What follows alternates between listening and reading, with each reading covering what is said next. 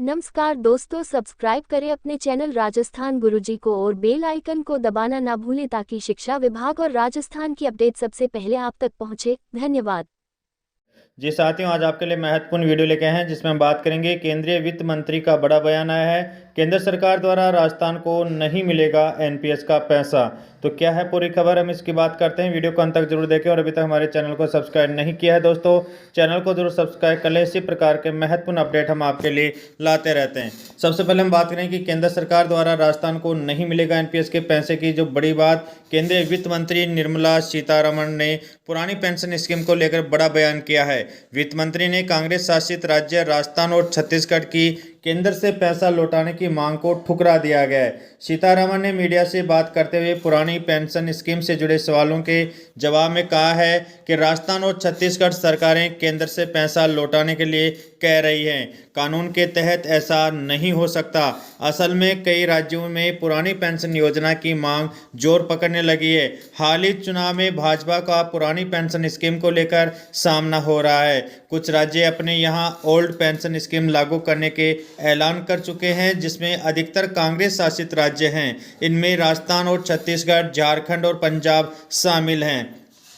अब हिमाचल प्रदेश और गुजरात में भी चुनाव से पहले कांग्रेस और आप ने चुनाव जीतने पर मतदाताओं को लुभाने के लिए पुरानी पेंशन व्यवस्था लागू करने का वादा किया है। वित्त मंत्री सीतारमण ने कहा है कि राष्ट्रीय पेंशन योजना एनपीएस में जमा पैसा निकालने में योगदान करने वाले व्यक्तियों का है। कानून के तहत राज्य सरकारें इसे नहीं ले सकती। अर्थात यहाँ पे बड़ा बयान किया है कि एनपीएस का जो पैसा है वो व्यक्तियों जिन्होंने जमा करवाया है उन्हीं का हक है। इसे राज्य सरकार नहीं ले सकती क्योंकि इन पर उनका पूरा हक नहीं है। राजस्थान और छत्तीसगढ़ राज्यों के मुख्यमंत्रियों ने पुरानी पेंशन व्यवस्था शुरू करने के लिए केंद्र से एनपीएस के तहत जमा कर्मचारियों के पैसों को लौटाने की मांग की है। इन राज्यों का कहना है कि केंद्र कर्मचारियों का पैसा नहीं रख सकता। वित्त मंत्री के अनुसार कानून कहता है कि एनपीएस के तहत केंद्रीय मद में जमा पैसा राज्यों को नहीं दिया जा सकता। यह केवल उन कर्मचारियों के पास जाएगा जो इसमें योगदान कर रहे हैं। उन्होंने कहा है कि क्या हम कानून बदल सकते हैं? यह पैसा केवल लाभार्थी कर्मचारियों के पास जाएगा, न कि किसी एक प्राधिकरण या किसी एक इकाई के पास। इससे स्पष्ट होता है कि राज्य सरकार के पास में राजस्थान को एनपीएस का पैसा सरकार के पास न जाकर सीधे ही कर्मचारियों के खातों में देने की बात कही है। वित्त मंत्री निर्मला सीतारमण ने पुरानी पेंशन स्कीम को लेकर दिए गए बयान के अंदर आपको स्पष्ट किया है 2022 से राज्य सरकार ने सरकारी कर्मचारियों के लिए ओपीएस तो लागू कर दिया, लेकिन इससे जुड़े बकाया वसूली के पचड़ों का निपटारा नहीं हो रहा है। एक तरफ सरकार को ओपीएस लागू करने के बाद 6 महीने में 1,143 सेवारत कर्मचारियों की ओर से एनपीएस के खाते से निकाली गई करीब 590 करोड़ रुपए से महज 2,885 कर्मचारियों से 11 करोड़ 22,670 की ही वसूली हो पाई है। तो वहीं 1 अप्रैल 2022 से पहले रिटायर्ड करीब 3,459 कर्मचारियों का एनएसडीएल में जमा उनके हिस्से की पूरी न्यायोचित राशि को लेकर समाधान नहीं हो पा रहा है। देखिए ये स्पेशल रिपोर्ट।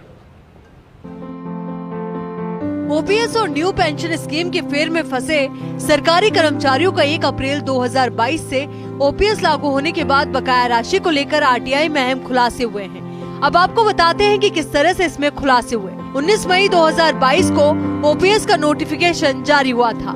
1 जनवरी 2004 या उसके बाद सरकारी सेवा में आए कर्मचारियों को पुरानी स्कीम का लाभ दिया गया। इस लाभ को 1 अप्रैल 2022 से लागू कर दिया गया। 1 जनवरी 2004 या उसके बाद सेवा में आए सरकारी कर्मचारियों का मसला, इन सेवारत कर्मचारियों में 1,143 कर्मचारियों ने एनपीएस की अपनी 60% अंशधारिता में से करीब 590 करोड़ रुपए वापस ले लिए थे। इस पर वित्त विभाग ने नोटिफिकेशन जारी करके इन कर्मचारियों को निर्देश दिए। ओपीएस लागू हो गया तो एनपीएस की अपनी अंशधारिता से राशि वापस नहीं ले, जिन्होंने राशि ले ली है वे दिसंबर तक वापस जमा कराएं। इस पर आरटीआई से पता चला कि कुल 1,143 कर्मचारियों ने विड्रॉ की राशि, कुल निकाली गई राशि 590 करोड़, इसमें से सिर्फ 2,885 लोगों ने करीब 11 करोड़ 22,670 रुपए की राशि जमा कराई। उधर 1 जनवरी 2004 से 31 मार्च 2022 तक जो कर्मचारी और अधिकारी सेवा में थे और 1 अप्रैल 2022 से पहले सेवानिवृत्त हो गए, उनकी ओपीएस के तहत पेंशन निर्धारण का आया मसला। नई पेंशन स्कीम के कर्मचारी अब ओपीएस में आ गए हैं और उन्हें एनएसडीएल स्ट्रक्चर से राशि दिए जाने की मांग है। लेकिन इससे पूर्व उन्हें नई पेंशन स्कीम में उनकी 60% या जितना भी हिस्सा लिया है और 40% या से ज्यादा जितनी भी एन्युटी कराई है तो उनकी राशि जमा कराने की है बाध्यता। 1 अप्रैल 2022 के बाद ओपीएस अमल में आया। इसी तारीख से सरकार इस स्कीम के तहत पेंशन दे रही। इसके चलते जो 1 जनवरी 2004 के बाद सरकारी सेवा में आए हैं और 1 अप्रैल 2022 से पहले कभी भी रिटायर्ड हुए हैं, उनकी जितनी सर्विस लेंथ है उसके हिसाब से ही राशि मिलेगी, जिससे उनका बड़ा नुकसान होगा, क्योंकि इनमें जिसकी 10 साल से कम सेवा हो उसे पेंशन की जगह सर्विस ग्रेच्युटी देते हैं। जिसकी सेवा 28 साल या उससे ज्यादा है तो उसका अंतिम वेतन है उसका 50% पेंशन के रूप में दिया जाता है। अगर उसकी सेवा 28 साल से कम हुई तो उसी अनुपात में पेंशन घट जाएगी। किसी भी हालत में ये पेंशन 8,850 से कम नहीं होगी, लेकिन 10 साल की सेवा जरूरी है। ऐसे में जिसकी सेवा 9 साल है उसे बहुत बड़ा नुकसान होगा। ऐसे में 1 अप्रैल 2022 से पहले वाले रिटायरमेंट वाले को पेंशन का वास्तविक लाभ मिलना चाहिए। इससे उन्हें नुकसान हो रहा है। जो कर्मचारी ने सेवा में रहते हुए अपने हिस्से का पैसा 60% कटवाया वो पूरा नहीं दे रही सरकार। इसके पीछे अनुदानित कर्मियों को लेकर अदालती पचड़े का कारण माना जा रहा। ये मांग की जा रही है कि 1 जनवरी 2004 या उसके बाद सेवा में आने वाले और 1 अप्रैल 2022 से पूर्व रिटायर्ड होने वाले कर्मचारियों और अधिकारियों के लिए 1 अप्रैल 2022 के बजाय 1 जनवरी 2022 से ओपीएस लागू हो या उनके उस दौरान तक की पेंशन का वित्तीय भार सरकार ले। जब 1 अप्रैल 2022 बाद रिटायर्ड हुए कर्मचारियों को पेंशन दे रही है और एनएसडीएल में जमा कराए अंशदान को ब्याज सहित राशि दे रही है, तो 1 अप्रैल 2022 से पूर्व रिटायर्ड होने वाले कर्मचारियों के हिस्से की न्यायोचित राशि उन्हें दी जानी चाहिए। केंद्र ने पेंशन की क्वालिफाइंग शर्त 28 साल की सेवा के बजाय 20 साल की है।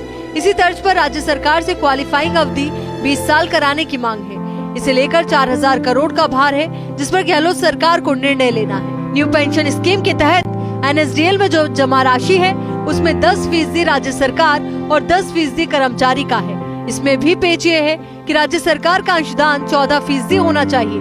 31 मार्च 2022 तक के आंकड़ों के अनुसार सरकार और कर्मचारी की इसमें कुल राशि 39,000 करोड़ रुपए, लेकिन ब्याज सहित राशि 41,000 करोड़ है। जब कभी 41,000 करोड़ से राशि आएगी तो कर्मचारी का हिस्सा सरकार देगी।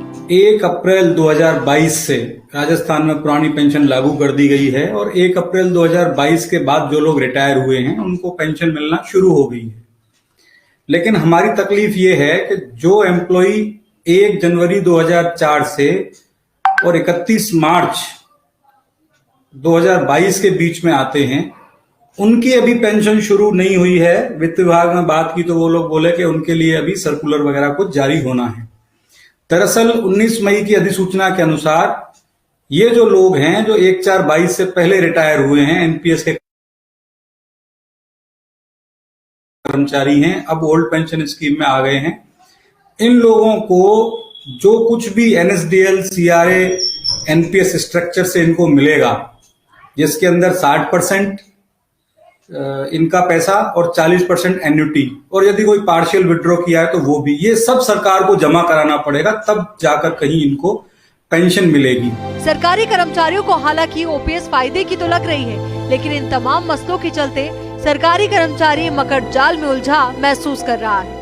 अब गहलोत सरकार को जल्द ही इन मसलों को सुलझाना होगा, वरना ओपीएस लागू करने की मंशा सही अर्थों में पूरी नहीं हो सकेगी। कैमरा पर्सन संजय के साथ Rituraj Sharma, First India News, Jaipur. यहाँ रुक एक छोटे से ब्रेक के लिए, जल्द हाजिर।